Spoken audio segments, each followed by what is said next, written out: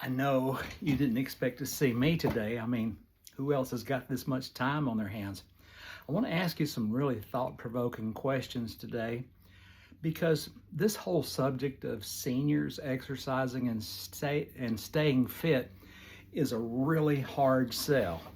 And that means exactly what it means. I've encountered probably at this point thousands of people in our local community and area, and I went on a speaking tour at various senior centers and things like that, trying to impress upon people of age. That's what we'll say. We'll say us people of age, the importance of having a regular exercise plan. A plan.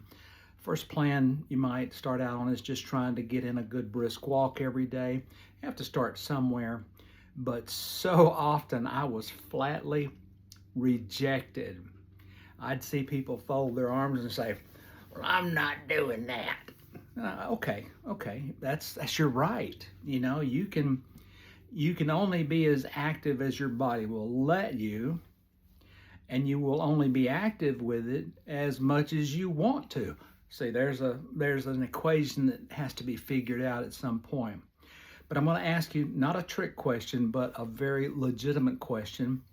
Suppose that when I did these exercise videos, that you just decided, I'm going to do that. And maybe you took notes while I was doing the session. But I want to ask you a question that is simple. What if by this time next year, early April next year, overall, you just felt better? Maybe you were sleeping better. Maybe your resting heart rate came down some. Maybe your blood sugar was more stable. Maybe you felt a little more confident in doing certain household chores or gardening or yard work or walking your dog, whatever it is that you would do. What if you just felt better? And what if exercising at some level for about an hour and a half a week was all you had to do? And I've heard that excuse of, well, Gene, you just don't understand. I don't have enough time to find an hour and a half a week to take care of my body like that. I just don't. Well, I'm a math nerd. Not a real good one. I don't do calculus. But there's 168 hours in a week. You know that. I bet you can find an hour and a half. Because I don't care what time of day you choose to do some bicep curls, some overhead presses, some stretches, some finger exercises. I don't care what time of day you do that. You do it when it's the best time of day for you. Take, for instance, twin sisters who reached their 80th birthday. They lived in the same Midwestern town.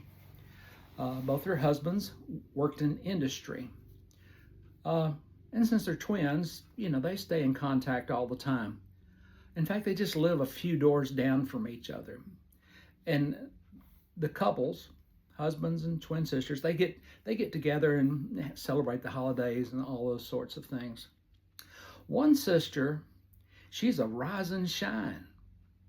She's up at 5:30 in the morning, has her first cup of coffee, and by 10 a.m., the laundry's done, the house is clean, the pets are taken care of, her husband is sent out the door to go to work or go fishing or golfing or whatever, and she generally reports no severe arthritis pain. But her twin sister, on the other hand, she can't even get out of bed until about 9 a.m.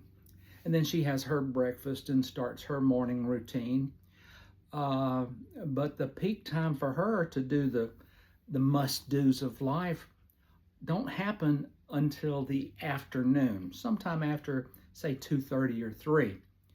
And that's because that's when she feels most able to do it.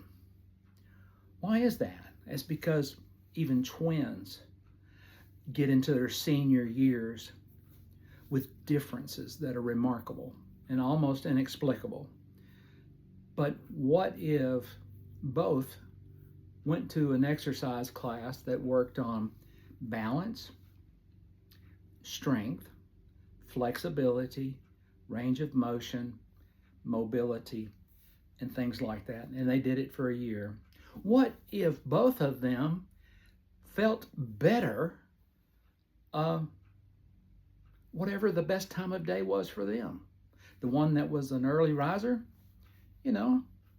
she now feels more energetic after she's done with all her household duties and chores and all that. The one that couldn't get started until 2:30 in the afternoon, maybe she can start before noon now. These are little tiny increments of improvement that happen as a result of regular exercise. And it's not rocket science. The one thing that we have to get people past is the belief that they're already too broken to take better care of themselves. And I say that with no judgment whatsoever toward anybody. But when we decide that I'm worth taken better care of, and I'm going to look myself in the mirror and say, I'm going to take care of you. I'm going to get you stronger. I'm going to get you active again. And then we do it. That is transformation in action. That's it for today. Think about you. Exercising is one of the most selfish things you will ever do, because the number one person to benefit from it is undoubtedly you. But the secondary people that benefit from it are those that love you, and even your dog, because you'll be able, and you might just be here a little bit longer. I never talk to people about goals in terms of 5 years. I said, let's look at what we can do this year to take better care of you, and then we'll see how things are going next year, because there's a good chance you'll still be here. And if that's your desire, that's a huge win. And so on that note, I'll give you a break.